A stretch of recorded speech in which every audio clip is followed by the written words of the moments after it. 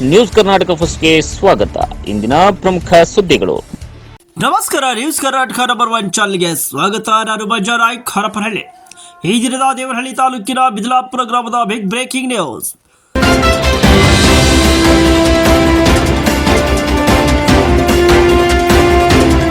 ಬಿದಲಾಪುರ ಗ್ರಾಮದ ಶ್ರೀ ದ್ರೌಪದಿ ಧರ್ಮರಾಯ ಸ್ವಾಮಿ ದೇವಾಲಯ ಜೀರ್ಣೋದ್ಧಾರ ಮತ್ತು ವಿಮಾನ ಗೋಪುರ ಕಳಸ ಪ್ರತಿಷ್ಠಾಪನೆ ಹಾಗೂ ಮಹಾಕುಂಭಾಭಿಷೇಕ ಮಹೋತ್ಸವ ಕಾರ್ಯಕ್ರಮ ನಡೆದ ಸುದ್ದಿ ನೇಮ ನ್ಯೂಸ್ ಕರ್ನಾಟಕ 1ರಲ್ಲಿ ಮಾತ್ರ ವೀಕ್ಷಿಸಿ.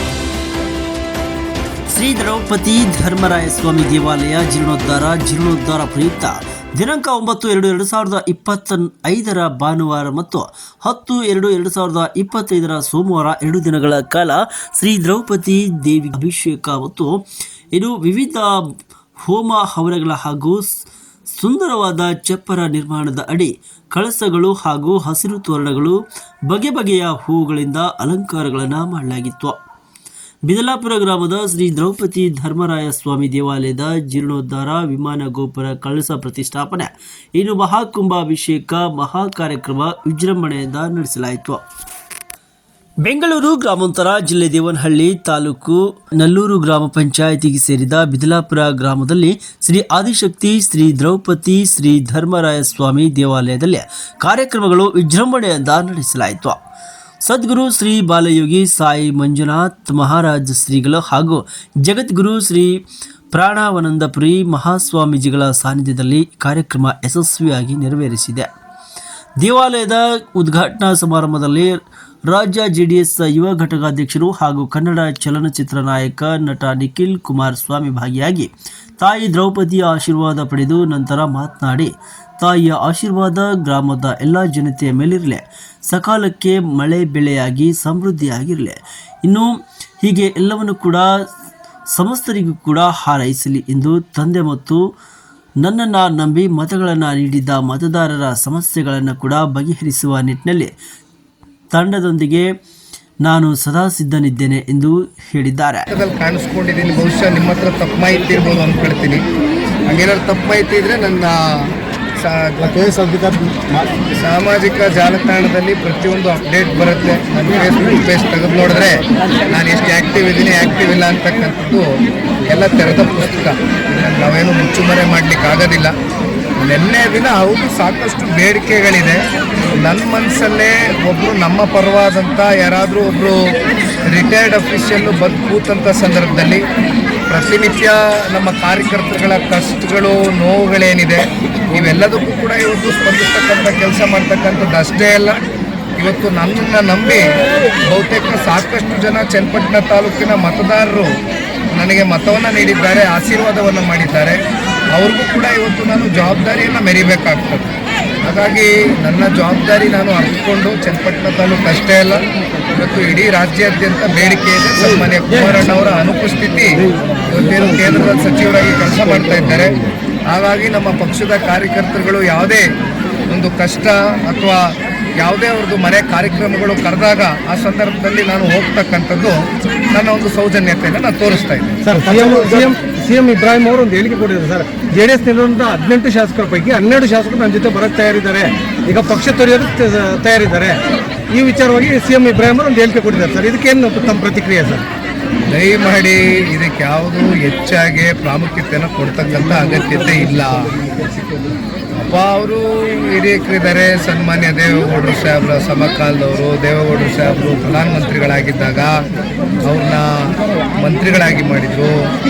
ಅವ್ರಿಗೆ ಯಾವ್ಯಾವ ರೀತಿ ರಾಜಕೀಯವಾಗಿ ಈ ಪಕ್ಷ ಇರ್ಬೋದು ಸನ್ಮಾನ್ಯ ದೇವೇಗೌಡರು ಸಾಹೇಬ್ರವರು ಶಕ್ತಿ ತುಂಬಿಸಿದ್ದಾರೆ ಅಂತಕ್ಕಂಥದ್ದನ್ನ ಅವ್ರು ಒಮ್ಮೆ ಕೂತ್ಕೊಂಡು ಅವರೇ ಪ್ರಶ್ನೆಯನ್ನು ಕೇಳಿಕೊಂಡ್ರೆ ಅವ್ರಿಗೆ ಉತ್ತರ ಸಿಗುತ್ತೆ. ಕಚೇರಿ ಯಾವಾಗ ಉದ್ಘಾಟನೆ ಮಾಡ್ತಾ ಇದ್ದಾರೆ? ಕಚೇರಿ ಕೆಲಸ ನಡೀತಾ ಇದೆ. ಇನ್ನೊಂದು 10-15 ದಿನದಲ್ಲಿ ಕೆಲಸ ಮುಕ್ತಾಯ ಒಳ್ಳೆ ದಿನ ನೋಡಿ ಉದ್ಘಾಟನೆ ಮಾಡಿ. ಸರ್, ಜೆಡಿಎಸ್ ರಾಜ್ಯಾಧ್ಯಕ್ಷರಾಗಿ ನಿಖಿಲ್ ಕುಮಾರಸ್ವಾಮಿ ಅವ್ರನ್ನ ನೇಮಕ ಮಾಡ್ಕೊಳ್ತಾರೆ ಅನ್ನೋಂಥ ಒಂದು ಚರ್ಚೆ ನಡೀತಾ ಇದೆ ಸರ್. ಇದಕ್ಕೇನು ಉತ್ತರ ಕೊಡ್ತೀವಿ? ಸನ್ಮಾನ್ಯ ಕುಮಾರಣ್ಣವರ ನಾಯಕತ್ವದಡಿ ಮುಂಬರ್ತಕ್ಕಂಥ ಯಾವುದೇ ಸ್ಥಳೀಯ ಚುನಾವಣೆಗಳಿರ್ಬೋದು ಅಥವಾ ವಿಧಾನಸಭಾ ಚುನಾವಣೆ ಇರ್ಬೋದು, ಇವೆಲ್ಲವನ್ನ ಕೂಡ ಸಮರ್ಥವಾಗಿ ಎದುರಿಸ್ತಕ್ಕಂಥದ್ದು ಸನ್ಮಾನ್ಯ ಕುಮಾರಣ್ಣವರ ನಾಯಕತ್ವದ ಅಡಿ ಆಗುತ್ತೆ. ಸನ್ಮಾನ್ಯ ಕುಮಾರಣ್ಣವರೇ ರಾಜ್ಯಾಧ್ಯಕ್ಷರಾಗಿ ಮುಂದುವರಿತಾರೆ, ಅದರಲ್ಲಿ ಯಾವುದೇ ಅನುಮಾನ ಬೇಡ. ವಾರದಲ್ಲಿ ಒಂದಿನ ಕೊಟ್ಟರು ಕೂಡ ಅದನ್ನು ಸಂಪೂರ್ಣವಾಗಿ ನಮ್ಮ ರಾಜ್ಯಕ್ಕೋಸ್ಕರ ಕೊಡ್ತಾ ಇದ್ದಾರೆ.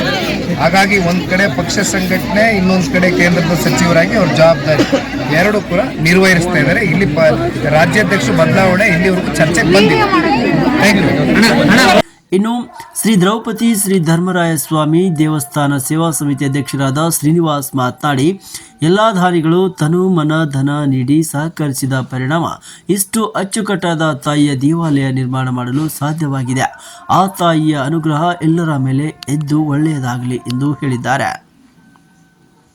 ಬಿದಲಾಪುರ ಗ್ರಾಮದ ಮುಖಂಡರಾದ ಶಿವಕುಮಾರ್ ಆರಾಧ್ಯ ಮತ್ತು ಅನಿಲ್ ಕುಮಾರ್ ಮಾತನಾಡಿ, ಇದೇ ಸಂದರ್ಭದಲ್ಲಿ ದೇವನಹಳ್ಳಿ ವಿಧಾನಸಭಾ ಕ್ಷೇತ್ರದ ನಿಕಟಪೂರ್ವ ಶಾಸಕರಾದ ನಿಸರ್ಗ ನಾರಾಯಣ ಸ್ವಾಮಿ, ಮಾಜಿ MLC PR ರಮೇಶ್, ಮಾಜಿ ಶಾಸಕರಾದ G ಚಂದ್ರಣ್ಣ, ಕರ್ನಾಟಕ ರಾಜ್ಯ ಸಂಘದ ಅಧ್ಯಕ್ಷ ಕೃಷ್ಣಮೂರ್ತಿ, ಬಿಗ್ ಬಾಸ್ ಖ್ಯಾತಿಯ ವರ್ತೂರ್ ಸಂತೋಷ್, ಉಪಾಧ್ಯಕ್ಷರಾದ YN ಶಾಮಣ್ಣ ಹಾಗೂ YV ಮುನಿರಾಜು, ಸಂಘಟನಾ ಕಾರ್ಯದರ್ಶಿ JR ಮುನಿವೀರಣ್ಣ ಹಾಗೂ ನಿರ್ದೇಶಕರಾದ N ಕನಕರಾಜು, ಉಪ್ಪಾರಹಳ್ಳಿಯ ಪುಟ್ಟರಾಜು, ಕೋನಘಟ್ಟದ KM ಮಂಜುನಾಥ್, ತಾಲೂಕು ಸಂಘದ ಅಧ್ಯಕ್ಷ V ಗೋಪಾಲಕೃಷ್ಣ, ಹೊರಮಾವು ರಾಮಚಂದ್ರ ಸೇರಿದಂತೆ ಇನ್ನು PLD ಬ್ಯಾಂಕಿನ ಲಾಯರ್ ಮುನಿರಾಜು, ಬಾಲೆಪುರದ ಲಕ್ಷ್ಮೀನಾರಾಯಣಪ್ಪ, ಹೊಸಳ್ಳಿಯ ರವಿಗೌಡರು, ವಿಜಯಪುರ, ದೇವನಹಳ್ಳಿ, ಹೊಸಕೋಟೆ, ಬೂದಿಗೆರೆಯ ಮುಖಂಡರು, ಸುತ್ತಮುತ್ತಲಿನ ಊರುಗಳ ಮುಖಂಡರು, ದೇವಾಲಯದ ಸೇವಾ ಸಮಿತಿ ಪದಾಧಿಕಾರಿಗಳು ಸೇರಿದಂತೆ ಕುಲ ಬಾಂಧವರು ಹೆಚ್ಚಿನ ಸಂಖ್ಯೆಯಲ್ಲಿ ಭಾಗವಹಿಸಿ ದೇವಿಯ ಕೃಪೆಗೆ ಇಂದು ಪಾತ್ರರಾಗಿದ್ದಾರೆ. ವಿಶೇಷವಾಗಿ ಇವತ್ತು ನಿನ್ನೆ ಮತ್ತು ಇವತ್ತು ದೇವಿ ಮತ್ತು ಧರ್ಮರಾಯ ಸ್ವಾಮಿ ದೇವಸ್ಥಾನವನ್ನು ವಿಶೇಷವಾಗಿ ದಾನಗಳ ಸಹಕಾರದಲ್ಲಿ ಸುತ್ತಮುತ್ತಲಿನ ಗ್ರಾಮಸ್ಥರು ಮತ್ತು ಹಲವಾರು ಭಕ್ತಾದಿಗಳ ಸಹಕಾರದಲ್ಲಿ ಇವತ್ತು ಇತಿಹಾಸದ ಅಂತಹ ದೇವಾಲಯವನ್ನು ಇವತ್ತು ಊರಿನ ಗ್ರಾಮದಲ್ಲಿ ಪ್ರತಿಷ್ಠೆ ಮಾಡಿರುವಂಥದ್ದು. ಸಾವಿರಾರು ಜನ ಭಕ್ತಾದಿಗಳು ಬರ್ತಾರೆ. ವಿಶೇಷವಾಗಿ ಇವತ್ತು ಹಲವಾರು ಪ್ರಿಯರು ಸಹ ಬಂದು ಇಲ್ಲಿ ಭಾಗವಹಿಸ್ತಾ ಇದ್ದಾರೆ. ವಿಶೇಷವಾಗಿ ವಿಶೇಷವಾದ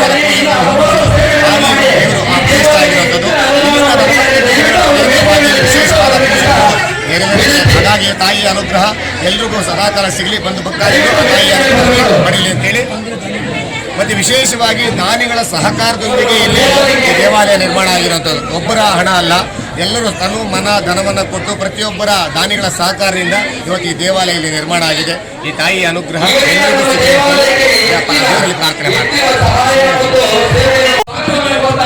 16ನೇ ವರ್ಷ ಸರ್ ನಮ್ಮ ದೇವಸ್ಥಾನ ಸ್ಟಾರ್ಟ್ ಆಗಿದ್ದು ನಾವು ಬಾಯಿ ಹಾಕಿ 16ನೇ ವರ್ಷ 15 ವರ್ಷ ಕಳೆದು 16ನೇ ವರ್ಷ ಇದ್ದೈತೆ. ತುಂಬ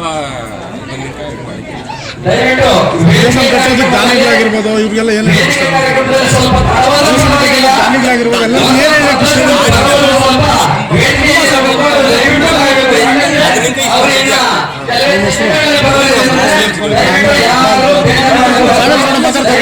ದಾನಿಗಳು ದೇವಾಲಯಕ್ಕೆ ವಿಶೇಷವಾಗಿ ದಾನಿಗಳು ನೋಡಿ ಅವನ್ನೆಲ್ಲ ಗುರುತಿಸ್ತಾವ್ರೆ. ಅದು ನಮ್ಮ ಪುಣ್ಯ. ಇವತ್ತು ಈ ಮಟ್ಟಿಗೆ ದೇವಸ್ಥಾನ ಬೆಳಿಬೇಕಾದ್ರೆ ದಾನಿಗಳೇ ಕಾರಣ. ಹಲೋ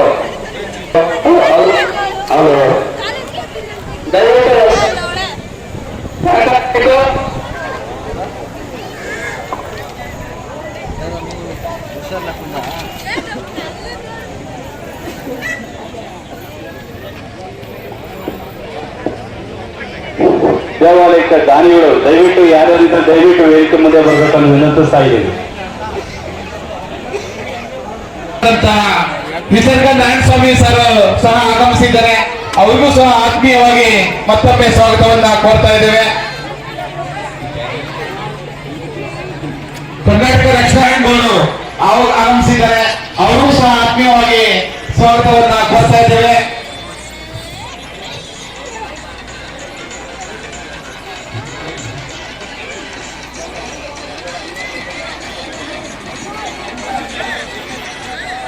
ಈಗಾಗಲೇ ಶ್ರೀ ದ್ರೌಪದಿ ಆದಿಪರಾಶಕ್ತಿ ಮಹಾಸಂಸ್ಥಾನ ಪೀಠಾಧಿಪತಿಗಳಾದಂತ ಸದ್ಗುರು ಶ್ರೀ ಗುರುದೇವ ದತ್ತ ಮಹಾರಾಜ್ ಶ್ರೀಗಳು ಸಾನ್ನಿಧ್ಯ ವಹಿಸಿದ್ದಾರೆ.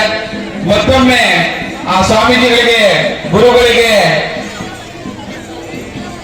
ಬಿದಲ್ಪುರ ಗ್ರಾಮದ ಎಲ್ಲರ ಪರವಾಗಿ ಮತ್ತು ದೇವಾಲಯ ಸಮಿತಿ ಪರವಾಗಿ ಮತ್ತೊಮ್ಮೆ ಅವರ ಪಾದ ಕಮಲಗಳಿಗೆ ವಂದಿಸುತ್ತಾ ಮತ್ತೊಮ್ಮೆ ಅವರಿಗೆ ಆತ್ಮೀಯವಾಗಿ ಸ್ವಾಗತವನ್ನ ಕೋರ್ತಾ ಇದ್ದೇವೆ.